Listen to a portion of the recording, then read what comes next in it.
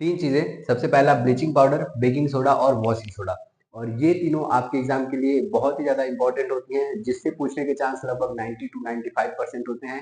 लगभग हर एक सेट में इसमें से क्वेश्चन देखने को मिलता है, अब चाहे वो एमओपी से हो, मतलब मेथड ऑफ प्रिपरेशन से हो, या तो वो उसके यूजेस से हो, और या तो वो उसके केमिकल रिएक्शन से हो। तो इन तीनों से क्वेश्चन जो है वो 100% है कि हर एक सेट में जो है वो इन सबसे क्वेश्चन आता है, चाहे वो 2 मार्क्स का है, चाहे 3 मार्क्स का है, और चाहे जो 5 मार्क्स का है।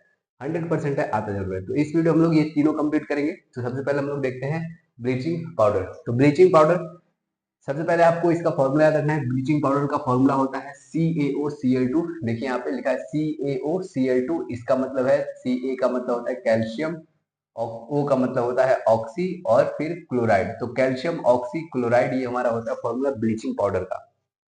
तो सबसे पहला हमारा कंप्लीट हो गया ब्लीचिंग पाउडर, मतलब कैल्शियम ऑक्सीक्लोराइड CaOCl2। अब हम लोग देखते हैं कि इसको हम लोग कैसे बनाते हैं, लेकिन उसके पहले हम लोग ये तीनों फॉर्मूला एक बार देख लेते हैं, फिर जब दोबारा हो जाएगा तो वो समझिए रिकॉल हो जाएगा। तो बेकिंग सोडा, बेकिंग सोडा का फॉर्मूला होता है NaHCO3, या फिर इसको हम लोग बोल लेते हैं, Na का मतलब होता है सोडियम, H का मतलब होता है बाई, और CO3 का मतलब होता है कार्बोनेट। तो सोडियम बाइकार्बोनेट, ये हमारा बेकिंग सोडा का फॉर्मूला होता है। तीसरे नंबर पे आता है वॉशिंग सोडा, जिसको बोलते हैं Na2CO3.10H2। ये इसका केमिकल फॉर्मूला होता है। अगर नेम बोले, केमिकल नेम बोले, तो इसका फॉर्मूला हो जाता है, Na का मतलब होता है सोडियम, और CO3 का मतलब होता है कार्बोनेट। तो सोडियम कार्बोनेट डेकाहाइड्रेट, ये वॉशिंग सोडा का फॉर्मूला होता है। तो सबसे पहला क्वेश्चन ये है कि आपको फॉर्मूले का नेम याद होना चाहिए, और बेकिंग सोडा का फॉर्मूला और केमिकल, ये जो फॉर्मूला है वो दोनों आपको जो है वो पता होना चाहिए। अब हम लोग बात करते हैं सबसे पहले ब्लीचिंग पाउडर की, कि ब्लीचिंग पाउडर क्या होता है, कैसे बनता है, method of preparation of bleaching powder. तो ब्लीचिंग पाउडर को अगर हम कैल्शियम हाइड्रोक्साइड, इसको बोलते हैं कैल्शियम हाइड्रोक्साइड, या फिर इसका दूसरा नेम होता है सिलेक्ट लाइम। अगर हम सिलेक्ट लाइम की रिएक्शन, कैल्शियम हाइड्रोक्साइड की रिएक्शन अगर हम क्लोरीन के साथ करवा दें, Cl2 के साथ में करवा दें, तो हमारे पास बन जाता है CaOCl2, जिसको हम लोग बोल देते हैं ब्लीचिंग पाउडर, या फिर इसको बोलते हैं कैल्शियम ऑक्सी क्लोराइड बोल देते हैं।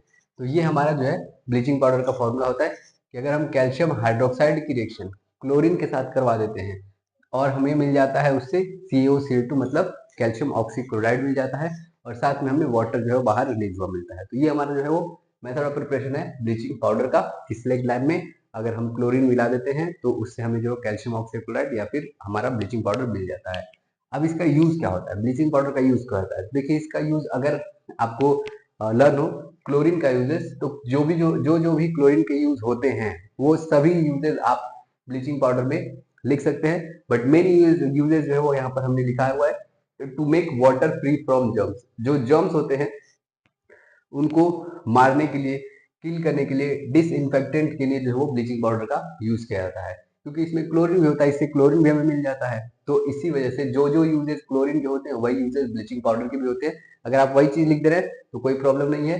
सबसे पहला ये है कि वाटर जो है वो जर्म्स से फ्री करने के लिए, जर्म्स को मारने के लिए ब्लीचिंग पाउडर का यूज करते हैं। दूसरा ये है कि जो ड्रिंकिंग वाटर है उसको पोर्टेबल बनाने के लिए, पीने योग्य बनाने के लिए भी जो है हम ब्लीचिंग पाउडर यूज कर सकते हैं, क्लोरीन यूज कर सकते हैं, कोई दिक्कत नहीं है।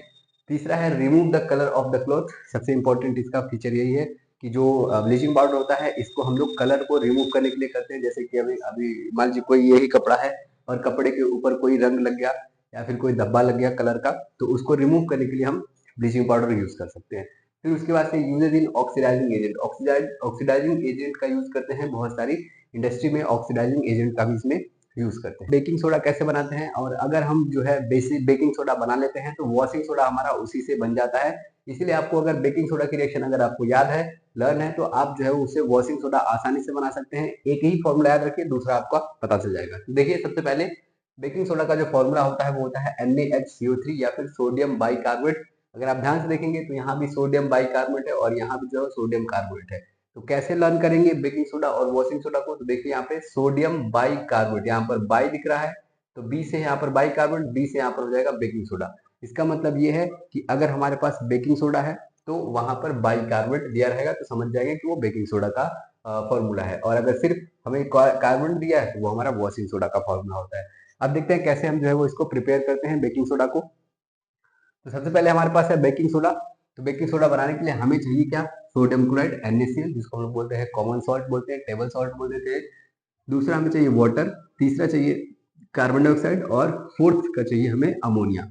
अगर इन चारों को हम रिएक्ट करवाते हैं, रिएक्टेंट के फॉर्म में लेते हैं, सोडियम क्लोराइड को, वाटर को, कार्बन डाइऑक्साइड को, अमोनिया को, तो हमें जो मिलता है वो मिल जाता है NaHCO3, मतलब बेकिंग सोडा मिल जाता है, या फिर इसको हम लोग बोल देते हैं सोडियम बाई कार्बोनेट मिल जाता है, और साथ में अमोनियम क्लोराइड मिल जाता है। ये हमारा बाई प्रोडक्ट है, इससे हमें मतलब नहीं है, लेकिन हमारा जो प्रोडक्ट हमें चाहिए वो हमें मिल जाता है बेकिंग सोडा, सिर्फ चार चीजों को मिलाने से, sodium chloride, water, carbon dioxide और अमोनिया से।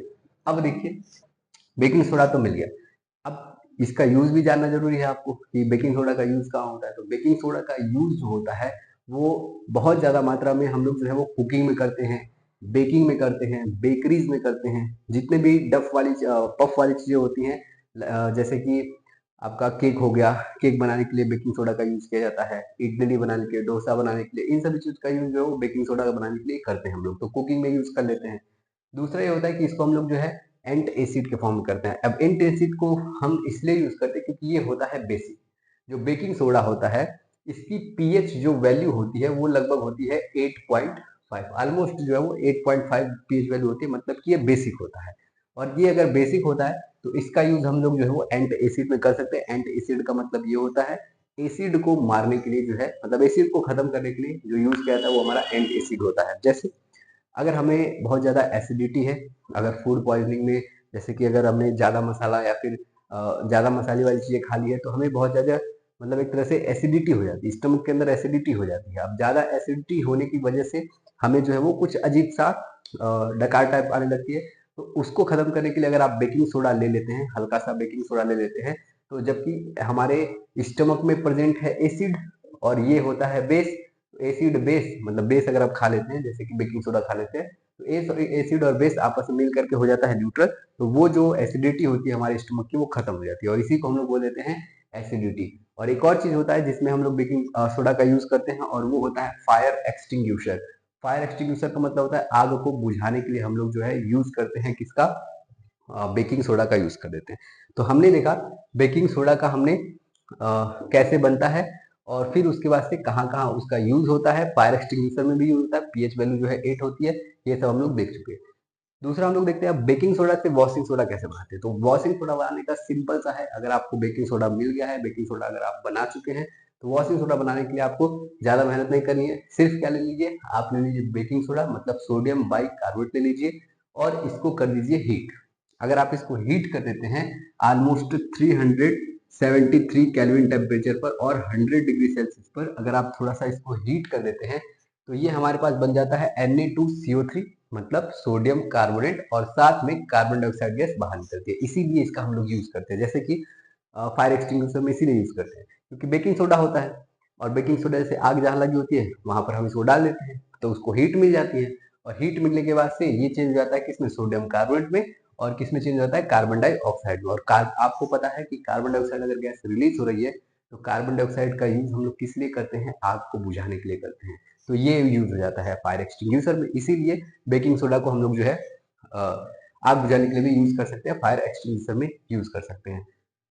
अब हमें तो मिल गया सोडियम कार्बोनेट, लेकिन हमें चाहिए सोडियम कार्बोनेट डेकाहाइड्रेट, मतलब कि जो है 10 वाटर के मॉलिक्यूल चाहिए, वाटर के क्रिस्टल चाहिए। तो हम ले लेते हैं Na2CO3 और फिर वापस से उसको 10 वाटर के मॉलिक्यूल के साथ में रिएक्ट करा देते हैं, तो हमारे पास बन जाता है Na2CO3.10H2, जिसको हम लोग क्या बोल देते हैं, वॉशिंग सोडा। ये हो गया हमारा कि अगर आपके पास बेकिंग सोडा है उसको आप हीट कर दीजिए, सोडियम कार्बोनेट मिल जाएगा, कार्बन डाइऑक्साइड मिल जाएगा, और अगर आप उसी सोडियम कार्बोनेट रिएक्शन 10 वाटर के मॉलिक्यूल के साथ करा देते हैं तो आपको मिल जाएगा वॉशिंग सोडा या फिर सोडियम कार्बोनेट डेकाहाइड्रेट। ओके, उसके बाद से यूजेस देख लीजिए इसका कि सोडियम कार्बोनेट का या फिर वॉशिंग सोडा का यूज कहाँ होता है। जैसे कि नाम में ही है वॉशिंग सोडा, वॉशिंग मतलब धोने का सोडा है, इसको हम लोग क्या कर सकते हैं, धोने के लिए यूज कर सकते हैं कपड़े वगैरह। तो वॉशिंग क्लोथ्स, कपड़े धोने के लिए हम इसका यूज कर सकते हैं। दूसरा ये होता है कि removal of permanent hardness of water, मतलब कि परमानेंट हार्डनेस ऑफ वाटर मतलब अगर कोई हार्ड वाटर है उसको अगर सॉफ्ट में चेंज करना है तो उसको रिमूव करने के लिए हम जो है वॉशिंग सोडा का यूज कर सकते हैं। ठीक है, तो ये हर चीजें थी हम लोग की, तीनों चीजें, मेथड ऑफ प्रिपरेशन, यूजेस, बहुत ही इंपॉर्टेंट है जो आपके एग्जाम के पॉइंट ऑफ व्यू से ज्यादा इंपॉर्टेंट है। तो हम लोग जो है वो इसको कंटिन्यू करेंगे, और अब जो है वो आपका डेली डेली एक एक चैप्टर वाइज जो है वो वीडियो पड़ेगी और